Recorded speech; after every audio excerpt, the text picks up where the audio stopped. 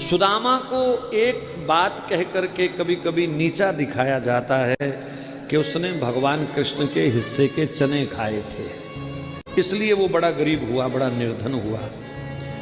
लेकिन बहुत कम लोगों को शायद पता है कि सुदामा ने वो चने खाए क्यों। वो इतना लोभी नहीं था खाने का कि चने ही खा जाए किसी के, 2 दाने भी ना वापस करे किसी को। वो सारे चने खा गया। उसका कारण ये है कि वो चने की पोटली दुर्वासा ऋषि की श्रापित थी।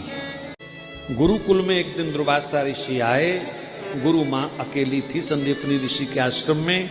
कहा, माता बड़ी जोरदार भूख लगी है, कुछ खिलाओ।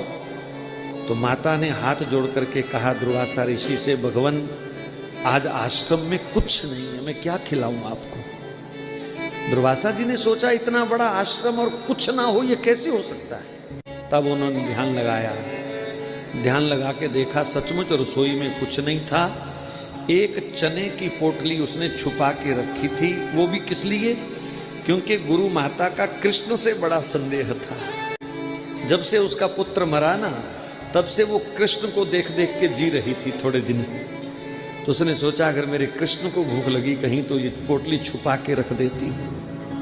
तो दुर्वासा जी ने ध्यान में वो पोटली देख ली और फिर क्रोध में आकर के कहा, झूठ बोला मेरे साथ, कुछ नहीं है, वो पोटली रखी थी ना कोने में।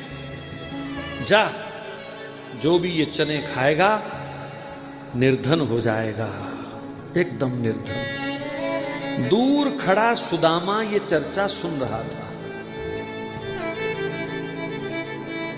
और एक दिन ऐसा संयोग बना कि कृष्ण लकड़ी लेने के लिए गए हैं, तो माता ने जाते जाते वही वाली पोटली जल्दबाजी में सुदामा को पकड़ा दी।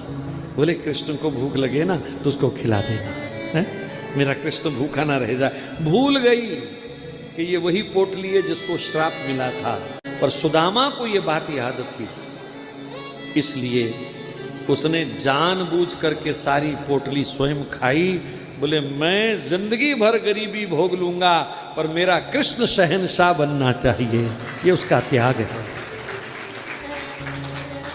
मेरा कृष्ण द्वारिकाधीश बनना चाहिए। ऐसे भी मित्र होते हैं संसार में।